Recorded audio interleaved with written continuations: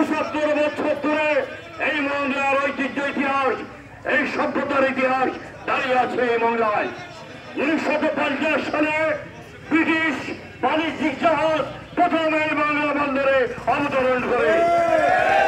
আজ থেকে 75 বছর আগে সেই সভ্যতা, সেই ঐতিহ্য, সেই ইতিহাসকে ধারণ করে বাংলাদেশের দ্বিতীয় সামুদ্রিক বন্দর মংলা পোর্ট অথরিটি সভ্যতার বাহন হিসেবে দাঁড়িয়ে রয়েছে। প্রিয় বন্ধুরা আমার, এই বাগেরহাট জেলার 4টি সংসদীয় আসন হযরত খান জাহান আলীর স্মৃতি বিজড়িত পুণ্যভূমি, তার স্মৃতিকে ধারণ করে রয়েছে।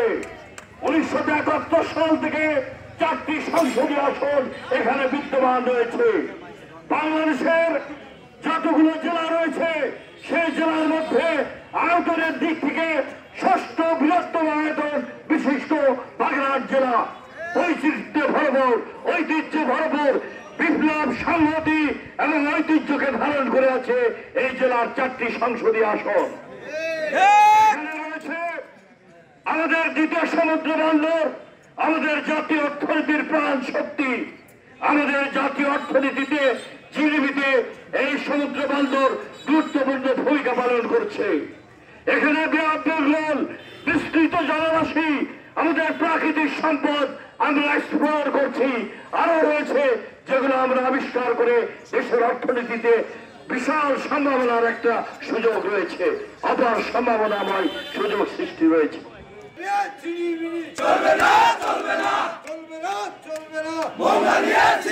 আমি শুধু বলতে চাই, এই নির্বাচন কমিশনের বিরুদ্ধে আমি হুঁশিয়ারি উচ্চারণ করতে চাই।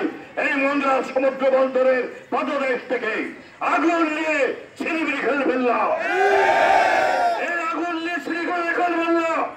মানুষের অধিকার, ভোটের অধিকার, নাগরিক অধিকার, মৌলিক অধিকার হরণ করে আপনারা ওই গতিতে বসে থাকতে পারবেন না।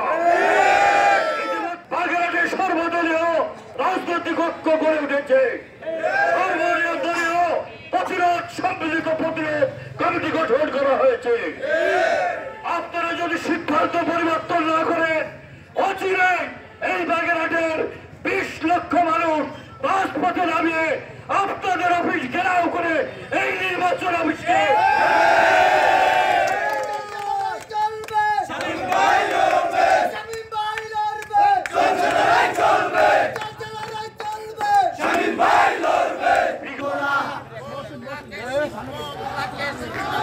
চলবে না।